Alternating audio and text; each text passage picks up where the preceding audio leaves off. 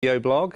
I thought it would be good to carry on talking to Andy Serkis about some of the fun and games we had during our first block of shooting. Andy? Where is he?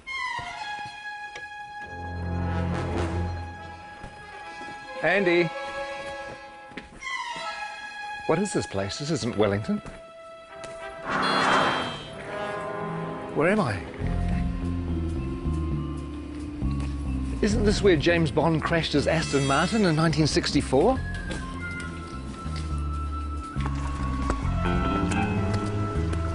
And isn't this where Red Grant trained to be an assassin at the beginning of From Russia with Love?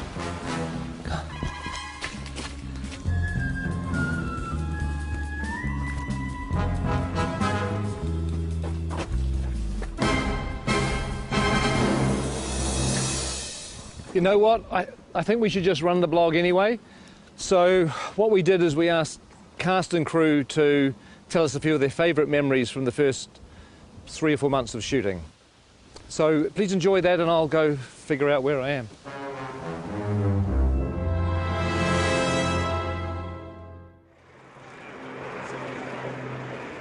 What are the things that stand out for you the most from the first block? I think for me, my favourite stuff we've done so far has been Gollum's cave. Was that precious? The way that Pete did that scene, it felt like I was watching a play. It was sort of like you could just sit back and watch these amazing guys do their thing. Him and Martin together were fantastic. It was really cool. Trying to get back into the head of Gollum. I don't know if I ever told this, but it felt like kind of doing an impersonation of a character that I played. Yes. A long time. It was weird because it was like, you know, having to re-own it again. Yeah, it was pretty cool. It was a nice way of starting. I felt sorry for Martin because he was suddenly thrust into having to find the character of Bilbo and have to deal with you for a whole week, going at him the whole time. I mean, it was must have been a bit intimidating. Splashes and splashes. That's a Mickey Mouse. Yeah. It's going to be a good movie. Check it out. After 2 years of, oh my God, when are we ever going to shoot this film? We had 13 dwarves and a hobbit. We might have had a wizard as well. And suddenly, it's real. Seeing the sets were like amazing. That was true.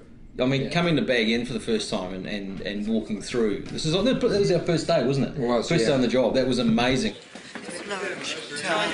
Can you name them? Name the dwarves. Ori Dori Nori, Biffa Bobba, Biffa... Biffa Bobba Boffa, Ori Nori Nori. I can never remember. See, that's the problem. You can't even remember who they are. You have Philly and Killy. There's Thorin, and there's Gloin, and there's Oin, and Dwalin and Balin, and there's Biffa, Boffa and Bomber, and then there are the three Dori, Nori and Ori. I think that's it, isn't it? I think so. 13 Dwarves is one of the reasons why I dreaded The Hobbit and why I really didn't think I was going to make it for such a long time. But the irony is it's turned out to be one of the joys of the film. Oh my God.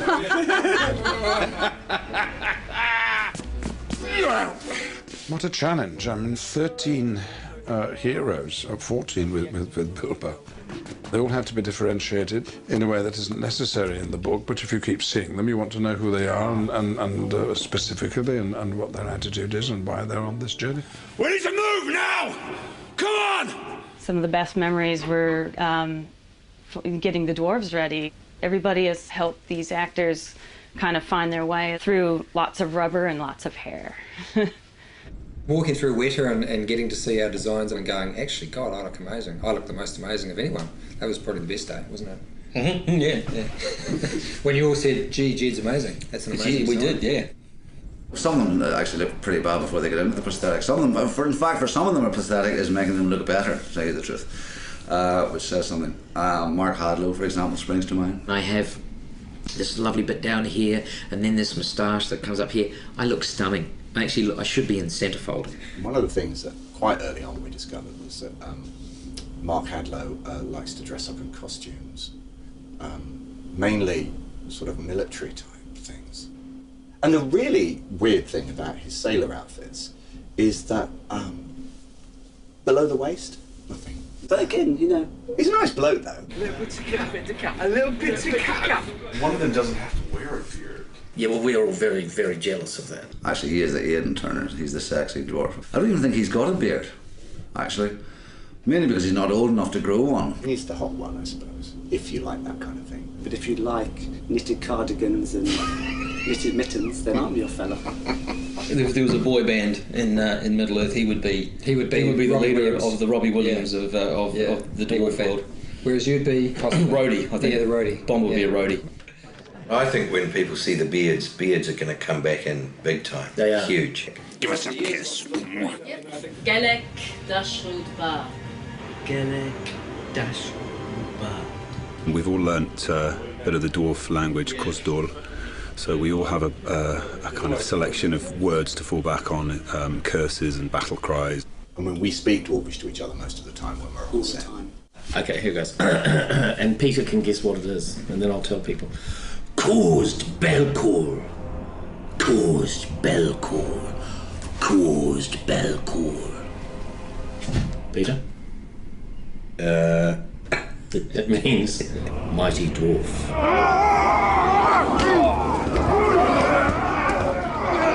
We had Trollshaw. Well, you got to do all the fun stuff in Trollshaw. Yeah, we did.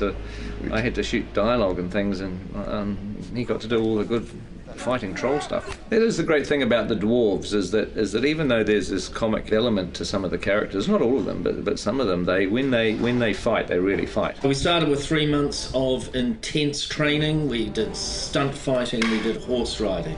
We did the gym 4 times a week. We did dwarf movement intensely. They were trying to get us to a point where they could actually kill us and bring us back from the dead, kill us, bring us back from the dead, all the CPR and stuff like that, because that's what it'll be like on set. They did it by breaking us down. Yeah. They did it by essentially reducing us to the absolute amoeba stage and then building us up again as dwarfs. We've come through it as better dwarfs, I feel. I do too. I know that William's discovered his inner dwarf. I have. Well, we all have, actually. It's a frightening thing, but this is the job that had to be done. If I could say key moments in Block 1, arriving in Rivendell and meeting Elrond and dining at his table, it really feels like you're stepping into Middle-earth. There are some who would not deem it wise. What do you mean? You're not the only guardian to stand watch over Middle-earth. I remember it now, but later on. I love working with Hugo and Kate back in Rivendell again. That was fantastic. Hello. Welcome. I still can't quite get over being on set with Ian as Gandalf and then, Kate Blanchett with Galadriel and Hugo with Elrond, and you just feel like you step back into a movie again. It's kind of weird. Is this a new one? This is different. Yeah, different one.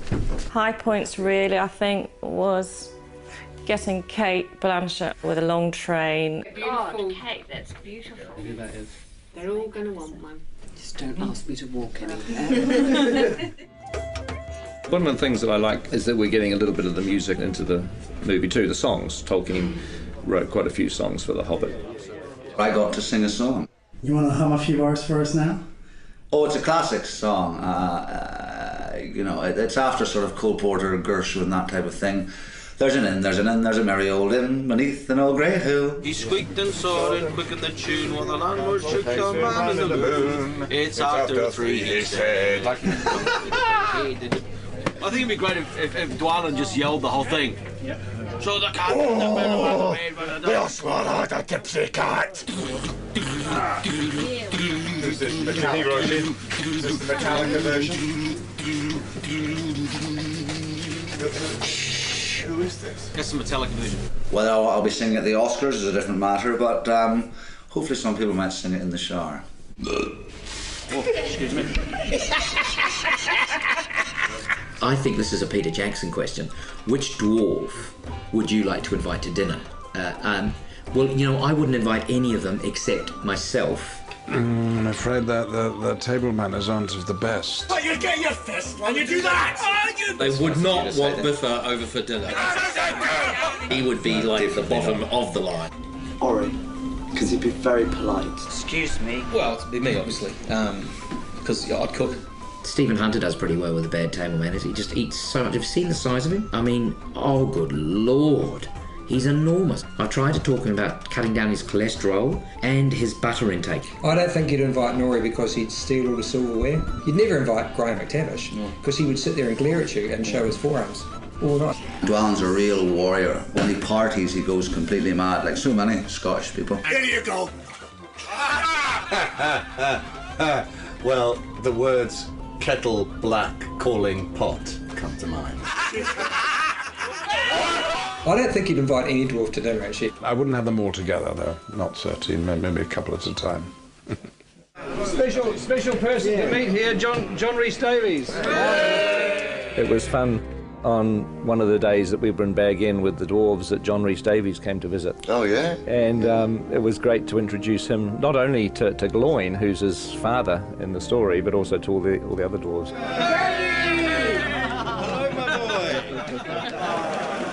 It's just like coming home to family. I predicted what John would say, and he pretty much said it word for word. I could just imagine, you know, him saying, "Oh, you poor bastards." that's pretty much what he went on to say. You poor buggers.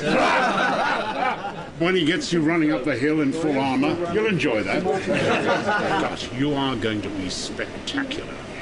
And you'll be chased by women all around the world. but only if you're in costume and makeup. Okay. All right. We've been here since January the 13th. So what is that, 5 months? And we haven't even scratched the surface. Who are you doubling, Pete? I'm doubling Stanley Kubrick.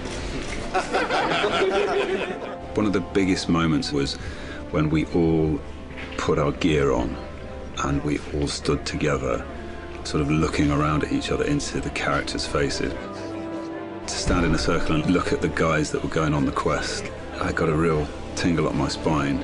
Lovely, thank you, that's terrific. I think we can check the gate on that.